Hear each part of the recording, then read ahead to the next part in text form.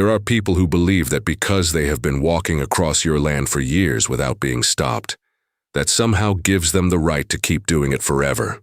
They mistake your patience for permission. They mistake your silence for agreement. And when you finally close that gate and tell them the free pass is over, they lose their minds completely. My HOA president had been cutting across my pasture every single morning for 2 years to shorten her walk to the neighborhood mailboxes. I never said anything because I never thought it was worth the conversation. Then one morning I had enough and I put my bull out to pasture.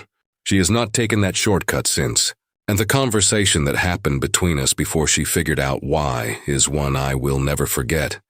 Let me take you back to where this started. I own a working farm on the edge of a residential neighborhood. It is a proper, functioning agricultural property with livestock, fencing, open pasture, and everything that comes with that kind of land. The farm has been in operation for years and it sits adjacent to the neighborhood where the HOA is active. My property is not part of the HOA. My land is separately titled agricultural property, and the association has no jurisdiction over anything I do on it. This is something I had made clear on more than one occasion when various board members had attempted to apply neighborhood guidelines to my farm operations. Sandra was the HOA president. She was the kind of person who had built her entire sense of identity around her position in the association. Every conversation eventually circled back to what the HOA was doing, what the HOA required, what she as president had decided was best for the community.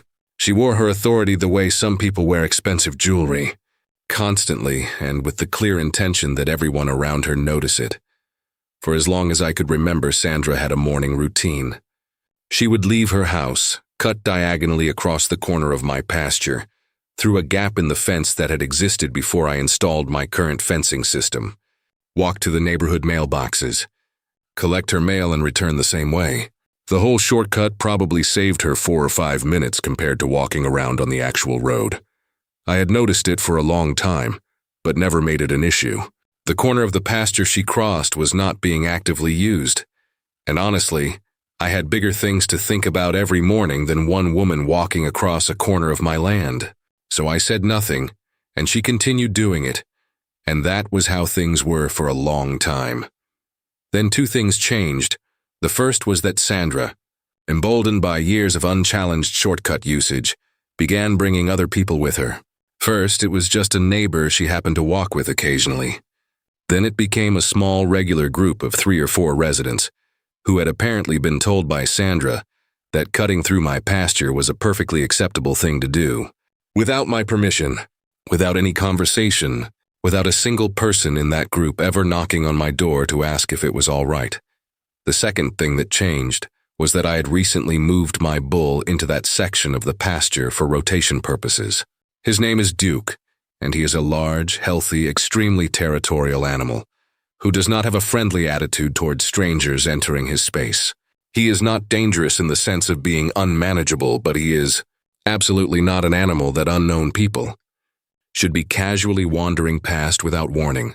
I realized I had a situation that needed to be addressed immediately, not because I wanted confrontation, but because I had a genuine liability and safety concern if people were walking through a pasture with a territorial bull without knowing he was there.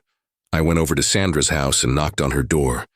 I explained calmly that I needed the shortcut through my pasture to stop.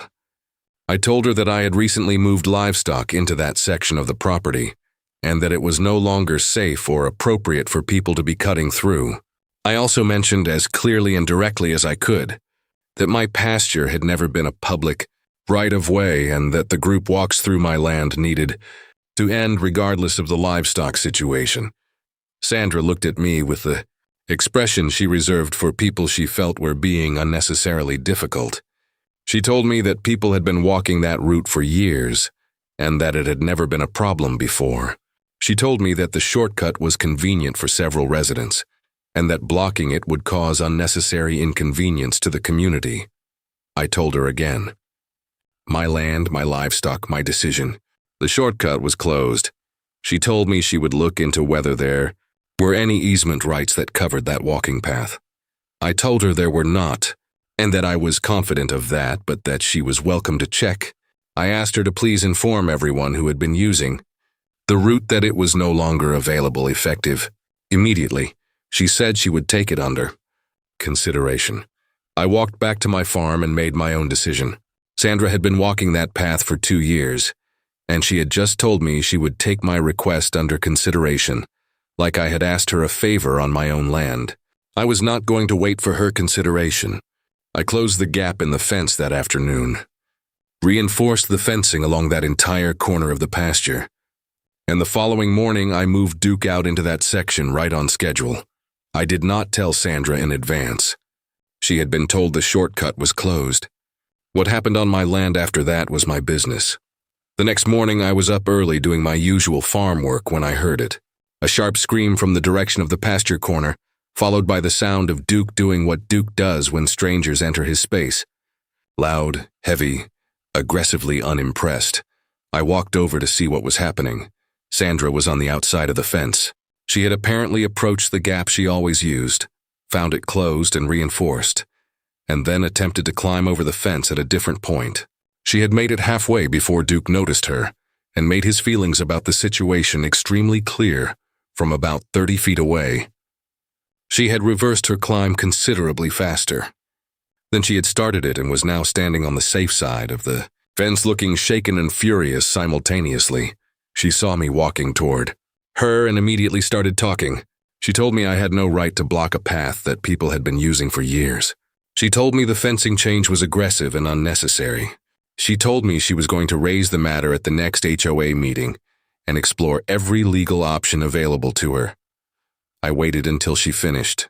Then I pointed at Duke, who was still standing in the pasture watching us with the alert expression he reserves for situations he finds suspicious. I asked her if she had seen the livestock I had mentioned when I came to her door the previous day. She looked at Duke. Duke looked at her. I told her that Duke was the reason the shortcut was closed. Not paperwork, not rules, not a legal argument. A 1,200-pound bull who did not know her and did not want to. I told her that if she had acknowledged my request the previous day and communicated the closure to the other residents the way I had asked, this morning would have been considerably less exciting for everyone involved. She had nothing to say to that. I told her one final thing.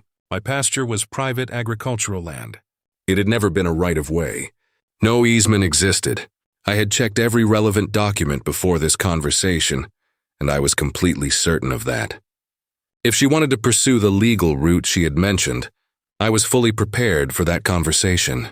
But I was also fully prepared for Duke to continue doing his job every single morning in that section of pasture for as long as I needed him there. She looked at Duke one more time. Duke had not moved. She left without another word. The legal inquiry she had threatened never materialized. No easement existed because no easement had ever been created. The HOA had no jurisdiction over my agricultural land, and every document confirmed it. The matter was dropped completely within a week. Sandra takes the long way to the mailboxes now. Every single morning without exception. Duke gets an extra apple from me on Fridays. He earned it.